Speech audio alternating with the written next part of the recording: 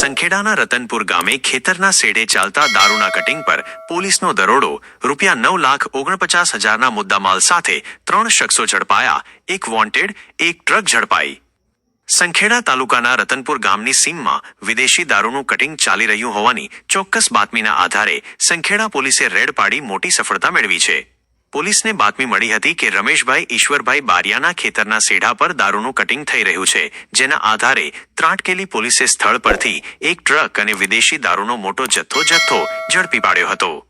આ કાર્યવાહી દરમિયાન પોલીસે ટ્રક ચાલક સહિત 3 શખ્સો સુનિલભાઈ લાલજીભાઈ ડુ ભીલ રહેવાસી નસવાડી, સતીશભાઈ દેવલિયાભાઈ વસાવા રહેવાસી કરનેટ અને વિપુલભાઈ વિનુભાઈ પાવા રહેવાસી જૂની માંગરોળને કોર્ડન કરી ધરપકડ કરી હતી।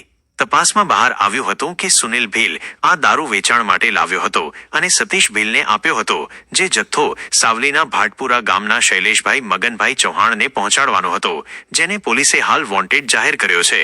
પોલીસે આ દરોડામાં ₹2,34,760નો દારૂ, ₹7 લાખની કિંમતની ટ્રક અને ₹15,000ના 3 મોબાઈલ ફોન મળી કુલ ₹9,49,760નો મુદ્દામાલ જપ્ત કર્યો છે અને તમામ આરોપીઓ વિરુદ્ધ ગુનો નોંધી આગળની કાયદેસરની કાર્યવાહી હાથ ધરી છે।